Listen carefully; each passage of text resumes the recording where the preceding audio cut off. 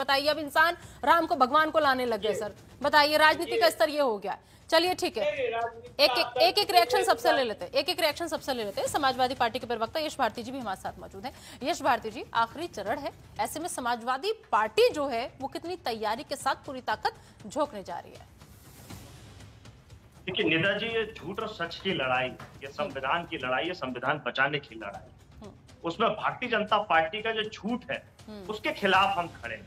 जैसे अब यहाँ आपके पैनल में ही देखे, भारतीय जनता पार्टी युवा मोर्चा की सोशल मीडिया इंचार्ज है ऋचा राजपूत जी, लेकिन यहाँ प्रवक्ता लिखाती हैं।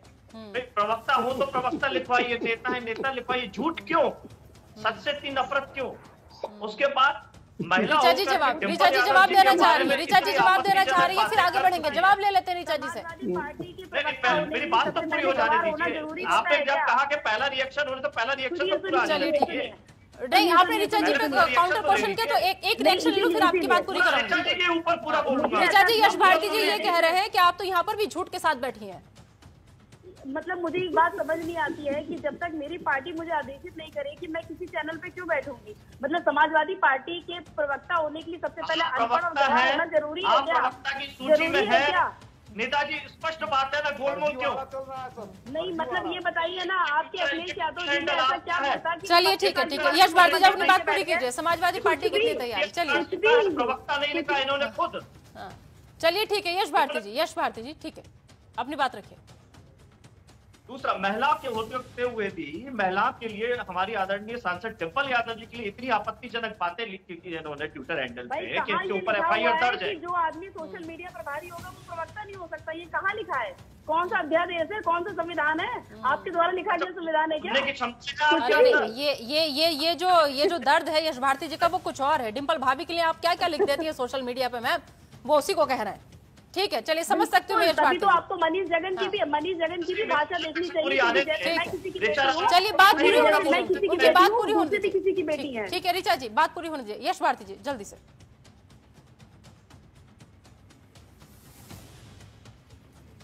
चलिए,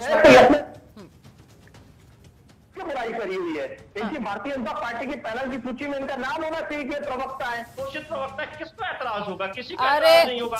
यश भारती जी, हमारी डिबेट आज ऋचा जी पे नहीं है कि वो प्रवक्ता है, सोशल मीडिया इंचार्ज है, क्या है, नहीं है उस पर डिबेट। मुद्दे पे आइए। मुझे बोलने दीजिए ना। बोलिए सर, आप एक ही बात पट के भी बोलिए। मैंने शुरुआत वहीं से करी। ये सच और झूठ की लड़ाई है। या झूठे लोग चोला ओढ़ करके अपने आप को बड़ा सत्यवादी बता रहे हैं कि हम ध्यान लगाने जा रहे हैं। हर 5 साल भी ध्यान लगाना याद आता है, बाकी समय क्या हो जाता है? जब मणिपुर में निवृत्त होकर के महिलाएं घूमती हैं और हमारे जो शहादत परिवार दिया होता है, जो सेना से संबंधित होता है, उनकी माँ बहनें जब निर्वस्त होती है तब उनके लिए जुबान नहीं खुलती है, तब उनके लिए शब्दावली नहीं खुलती है, तब क्यों खामोश रहती हैं ये महिलाएं? ये नेत्रियां भारतीय जनता पार्टी के और ये नेता जो ध्यान लगाने जा रहे हैं। और मैं भी जेडीयू के साथी को सुन रहा था कि जेडीयू के नेता इनके नीतीश कुमार जी तो मोदी को नेता चुनते ही इस्तीफा दे दिया था इन्होंने एनडीए से। लाल टोपी वालों का इतिहास सबको पता है। ठीक है, लाल टोपी वालों का भी ऐसा क्या इतिहास है यश भारती जी? लाल टोपी वालों का वो इतिहास है जब हिंदू हृदय सम्राट बना के कल्याण सिंह जी को पार्टी से बाहर निकाला जाता है। एक बार नहीं, 2 बार भारतीय जनता पार्टी उनको छोड़नी पड़ती है, तब ये लाल टोपी उनको सहारा देती है। वो लाल टोपी से एटा का चुनाव लड़ते हैं, संसद में पहुंचते हैं। ये लाल टोपी का इतिहास है। ऋचा जी सुन लीजिए। दूसरा, हमारी आपत्ति झूठ की थी, सच की थी। डिग्री का तो मैंने नाम भी नहीं लिया था। ये जो झूठ बोल के प्रवक्ता लगे, भारतीय जनता पार्टी की वेबसाइट पे 16 प्रवक्ता हैं, उसमें ऋचा राजपूत का नाम नहीं है, तो क्यों प्रवक्ता? अरे सर जी, आप अभी भी उसी पॉइंट पर अटके हुए हैं। आप उसी में मैं बता चुकी हूँ, हमारी डिबेट इस पर नहीं है कि ऋचा जी क्या है।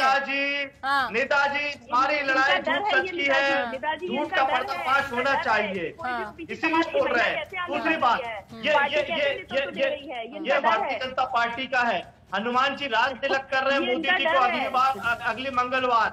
ये हनुमान जी राज तिलक करेंगे, भगवान राम छोटे हो जाएंगे, मोदी जी बड़े हो जाएंगे, उनको चले जा रहे हैं। ये चरित्र कर रहे हैं, ये सनातन धर्म सिखाने की कोशिश करते हैं। और विवेकानंद जी के पास जा रहे हैं, वो विवेकानंद जी जो अपने आप को समाजवादी कहते थे, लेकिन ये उनको कट्टरता का प्रतीक बनाना चाहते हैं। वो समाजवाद के प्रतीक नहीं है, उसको कट्टरता का प्रतीक बनाना चाहते हैं। तो हमारी लड़ाई इसी सच और झूठ की है।